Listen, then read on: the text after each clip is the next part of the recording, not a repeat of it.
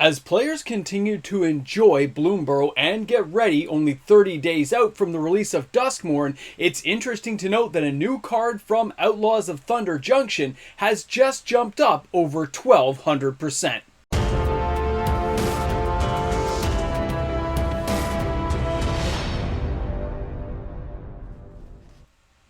1,200%. Well, it's never a dull day in the world of Magic the Gathering. Welcome back, everyone. MTG Moxman here, and thank you again for hanging out with me on my channel today as we discuss this card that has spiked so much, but other cards as well. Now, the card we're discussing today comes to us from the Outlaws of Thunder Junction. I don't want to mess around. I want to show you guys this card right away so we can jump into the discussion. This is Bristlebud Farmer Extended Art version.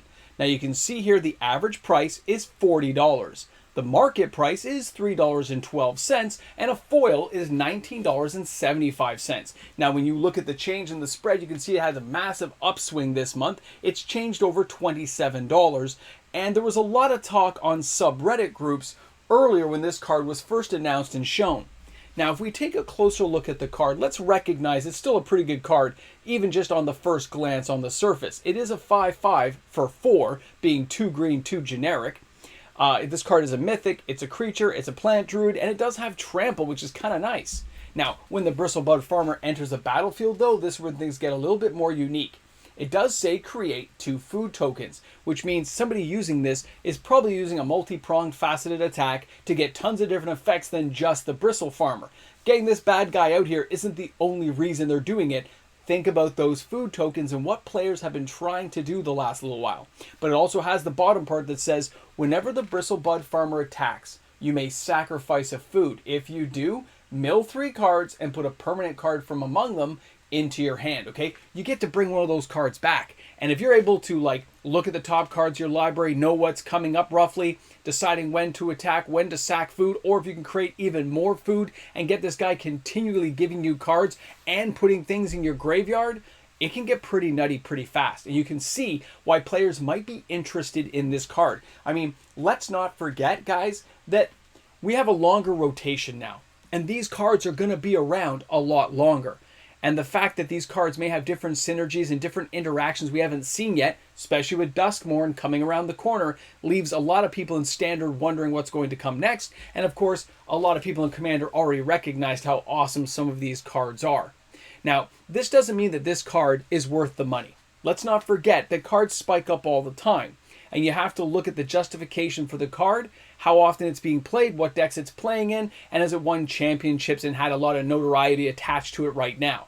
So we have to wait and see really how this card is going to play out. I personally would not pay the money right now. If I was being asked my opinion, I would say, judging by the sales I've seen, a card like this doesn't quite hold up to what you need to see to justify the price yet. Doesn't mean it's not going to, though. Remember, that's the flip side of the coin. Waiting too long, cards can go higher. But for this one, judged on the sales I saw, I think we're going to see it kind of calm down. But we have to wait and see. But that's not the only card, guys. We got more craziness. Here is the Restless Cottage, and this is from Wilds of Eldraine. Again, this card's gone up about 200% in the last couple of days. Now, this card has an average price of $5.03 US. The market price is $4.86. Now, you can see that monthly change is massive on this card. But when you take a closer look at the card, you'll start to see why. The Restless Cottage, sure, it's a rare, it's a land, comes into play tapped, taps for black or green, but you can also make this thing a creature. For 2 generic, 1 black, 1 green, the Restless Cottage becomes a 4/4 black-green horror token creature, okay? Not token, sorry, just a horror creature. I had the token thing sits in my head from the second line down, and it's still a land until end of turn.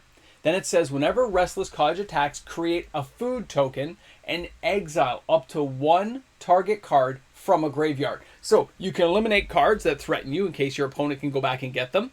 You get more food tokens, which you could use with the Bristlebud Farmer or other cards that generate some kind of desirability for having tokens, including in Commander games. This card has seen a lot of action, and the sales on this card actually make sense. So when I viewed this card, guys, I could see the sales justifying where the card's being played and how often. These land decks that are starting to appear are really starting to take up some of the play space as players continue to experiment and see if there's a winning combination for these cards. So a card like Restless Cottage especially getting it out early, makes sense. But what happens if you can activate it on turn 2?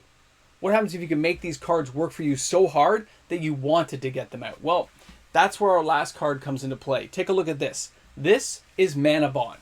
Now, just so you know, this is being reprinted. This is out in the Mystery Box 2 edition. This card right now is $24.06 on average, and the market price is $7.13. You can see back in 2022, this thing had a massive spike of above 40 bucks, and there's a good reason for that. We'll get to it, and you can see it's starting to spike now. And just like the Restless Cottage, this has a lot going for it.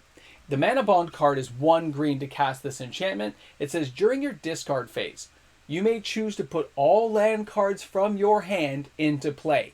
If you do, discard the rest of your hand. But what happens if your entire hand is land? You see what I'm saying? If you can find a way to get this on turn 1, you are dropping your entire hand onto the battlefield. You're putting everything out. And if you have all kinds of lands that can become creatures, including caves and all kinds of other craziness, there's a lot of reasons to have cards like this. And if you can get extra mana generation going, these things can be downright disgustingly powerful. And that's why Mana Bond is seeing tremendous sales. Now, I'm not sure why the price isn't dropping, though. There is a supply of the card, but the sales are going through the roof on this particular card. And with the reprinting, you think there'd be some price suppression, but it hasn't quite happened. Now, as I go through this video, I also took a look at other cards which haven't hit a spike, but I wanted to bring them to your attention because these land decks are being created right now. They're happening. They're being played. These cards in combination with other cards can make them pretty fun to play. But what other cards would you be putting in? Well, when you took a look at the overall sales for Adventures in Forgotten Realms, Dungeons and Dragons, and you look at those specialty lands, and that includes like the Den of the Bugbear, Hall of the Storm Giants, some of these cards are selling hundreds and hundreds of copies a week because they're like a couple of dollars each. Things like the Hall of the Storm Giant, that thing can become a 6/6 creature with ward. I talked about this card a few years back, and I think it was $5 at the time. You can find it for 90 cents. 90 cents. And if you can find a way to get that guy out there, get a couple of land out, turn 2 or turn 3, if you had a Mana Bond, you're going to be able to activate that guy, and they're not really going to have an answer because the Ward 3 is going to be very hard to wipe the battlefield of him unless they've got like Shieldred's Edict or something going, which chances are in a commander game or in bigger decks, you're not going to see that. It's a very interesting type of idea to see this many lands selling from all these different ways because no prices are spiking up on many of these cards, but the sales are way higher than they were 2 months ago.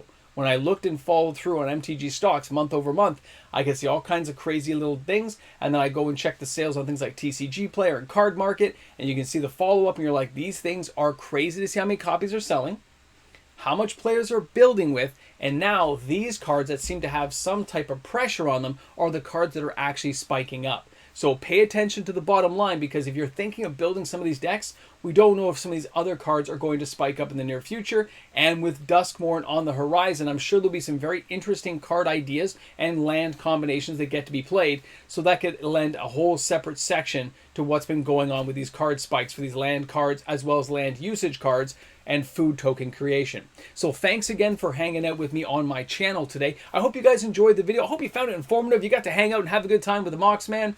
And of course, if you enjoyed today's video, don't forget, like and subscribe to the channel. Turn on your notification bell. I got new content every day, and we are getting closer and closer to that 24,000 subscriber mark.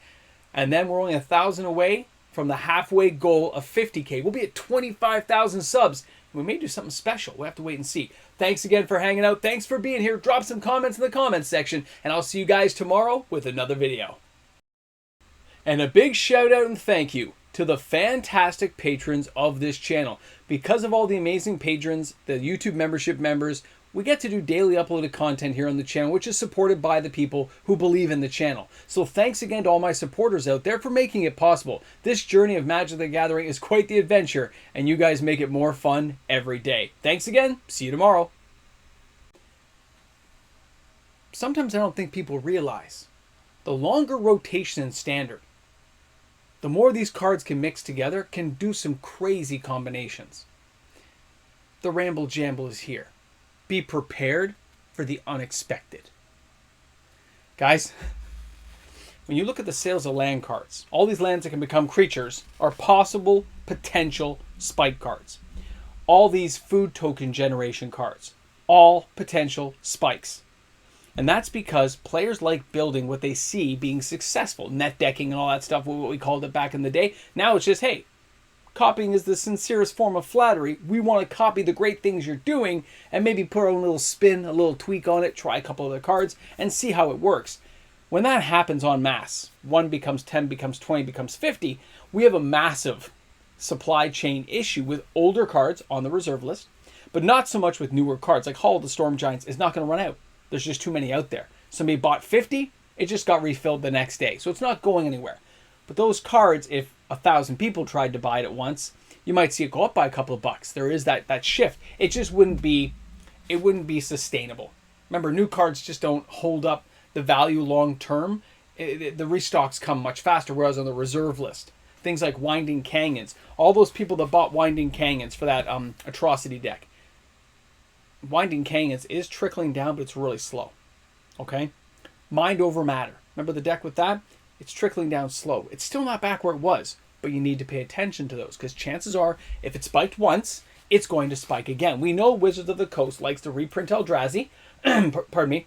They like to reprint squirrels. They like to reprint animals and cute things and fun stuff that cause older reserve list cards to spike. So if you pay attention to them in their lulls, when nobody's looking, because everyone's interest has waned for a while, that's when you gather some copies up. Okay, that's when you decide to buy a few copies if it's cheap enough. Like I'm doing for the channel to start building our set collections up so people can buy at the same price. It's the same kind of concept. And everyone can do it successfully if they're paying attention.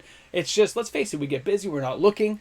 And that's why you should be tuning in, because I will remind people of this stuff. It's crazy. Remember when I talked about Hall of the Storm Giants? It's a great card.